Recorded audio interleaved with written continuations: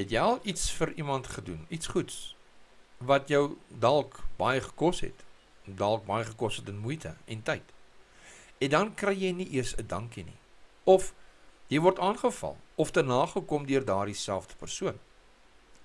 Dink hieraan, God het alles vir sy volk gedoen, en tog het hulle hom keer op keer verwerp. Ons les vandag gaan oor God se groot liefde en opoffering, en hoe hy aanhou gee, selfs al keer mense hom die rug toe. Dit is die verhaal van die wingerd en die boere. Maar hierdie gelykenis was nie net bedoel vir Israel se geestelike leiers nie, maar ook vir jou en my vandag.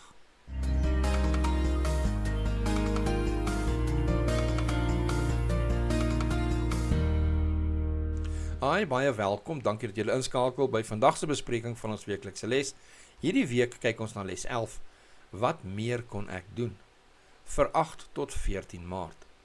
Hierdie week se geheerteksvers is in Johannes 18 vers 37.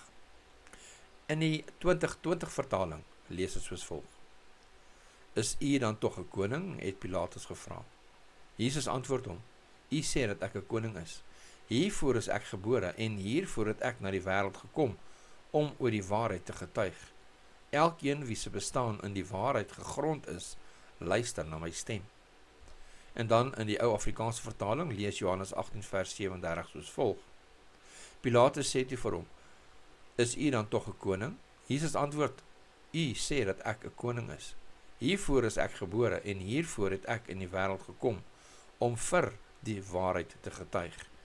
Elkene wat uit die waarheid is, luister na my stem. Kom ons bid.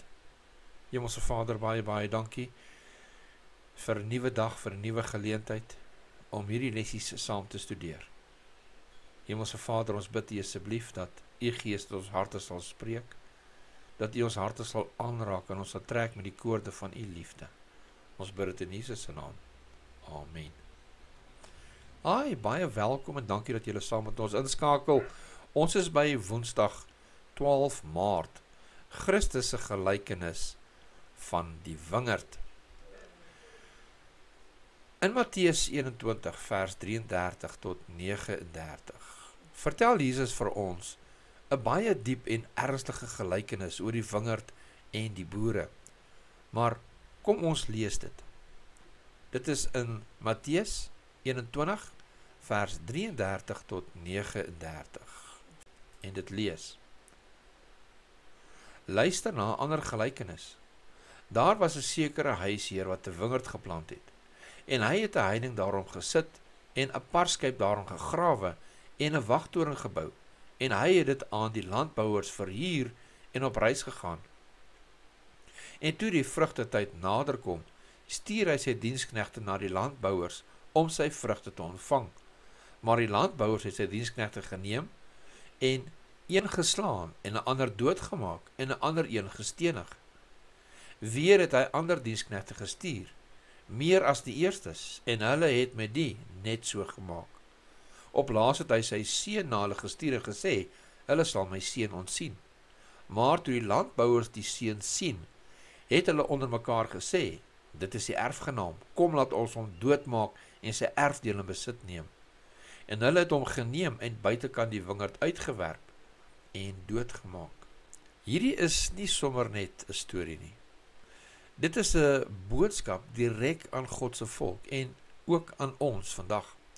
Hierdie gelykenis sluit aan by die lied van die wingerd in Jesaja 5 waarna ons gister gekyk het, waar God vertel hoe hy sy volk soos 'n wingerd geplant het. Hy het alles gedoen om daardie wingerd te laat groei en goeie vrugte te laat dra. Maar wat het gebeur? Die wingerd het slegte vrugte voortgebring en nou gebruik Jesus dieselfde beeld om vir die mense te wys hoe God se liefde deur hulle verwerp word. Jesus vertel hoe die eienaar, God, alles voorberei vir sy wingerd en dan gee hy dit aan die boere, die landbouers, die geestelike leiers van Israel. Toe dit tyd is om die oes in te bring, stuur hy sy diensknegte, die profete. Maar die boere slaan en vermoor hulle. Uiteindelik stuur hy sy eie seun, Jesus. maar hulle besluit om hom dood te maak. God het alles vir sy volk gedoen. Hy het hulle bevry uit Egipte, vir hulle 'n beloofde land gegee, vir hulle profete gestuur om hulle te lei, en uiteindelik het hy sy seun gestuur. Hier is 4 belangrike lesse wat ons hier uitleer. Eerstens, God se liefde ken geen perke nie. Johannes 3 vers 16 sê God het sy seun gegee, omdat hy ons lief het. Hy het nie net woorde gepraat nie. Hy het sy liefde bewys deur Jesus. Tweedens, God se geregtigheid en liefde werk saam. God wou nie met geweld optree teen die mense wat hom verwerp het nie. Hy wou wys wie hy werklik is, 'n God van liefde en regverdigheid. Romeine 3 vers 25 tot 26. Gaan lees dit gerus. God se pyn. Derdens, God se pyn oor ons verwerpings. Ons dink soms net aan ons eie pyn, maar God voel die diepste pyn wanneer mense hom verwerp. Aan die kruis het Jesus gelei vir ons sondes, ons pyn, ons siektes. Gaan lees bietjie gerus Jesaja 53. En dan vierdens, liefde gee vryheid. God gaan ons nie dwing om hom lief te hê nie. God gee ons die keuse. Hy het die kruis gekies, al het dit hom alles gekos, sodat ons vry kan kies om hom terug lief te hê. Gaan lees gerus Jesaja 35 vers 4. Dit sê, waarlik, hy het ons krankhede op hom geneem, en ons smarte het hy gedra. Wie se pyn en smart het Jesus gedra? Onsin, joune en myne. Wat sê dit vir jou oor God se liefde?